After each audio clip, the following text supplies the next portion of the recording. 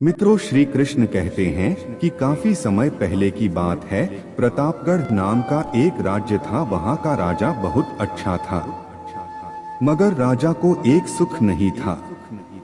वह यह कि उसके कोई भी संतान नहीं थी, और वह चाहता था कि अब वह राज्य के अंदर किसी योग्य बच्चे को गोद ले, ताकि वह उसका उत्तराधिकारी बन सके और आगे की बागडोर को सुचारू रूप से चला सके।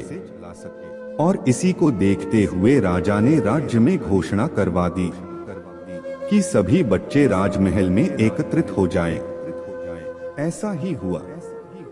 राजा ने सभी बच्चों को पौधे लगाने के लिए भिन्न भिन्न प्रकार के बीज दिए और कहा कि अब हम 6 महीने बाद मिलेंगे और देखेंगे कि किसका पौधा सबसे अच्छा होगा।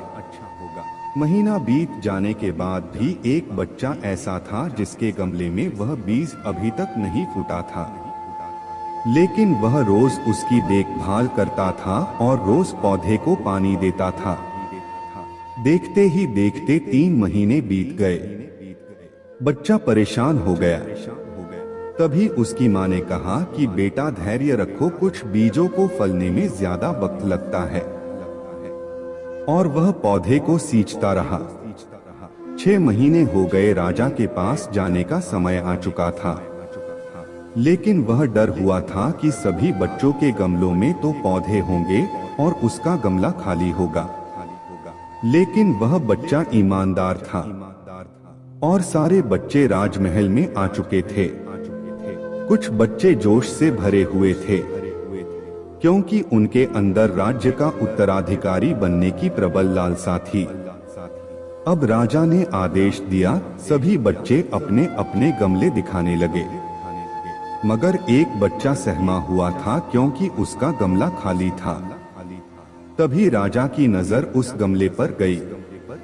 उसने पूछा, तुम्हारा गमला तो खाली है। तो उसने कहा, लेकिन मैंने इस गमले की 6 महीने तक देखभाल की है।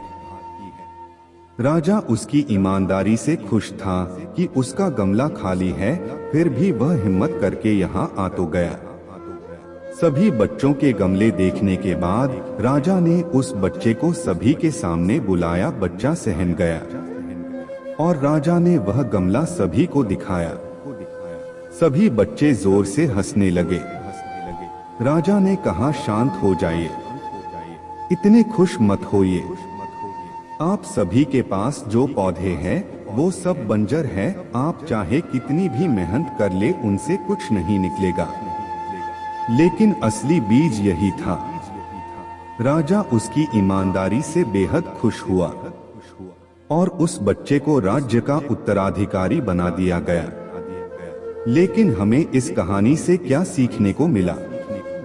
मेरे हिसाब से अपने अंदर ईमानदारी का होना बहुत जरूरी है।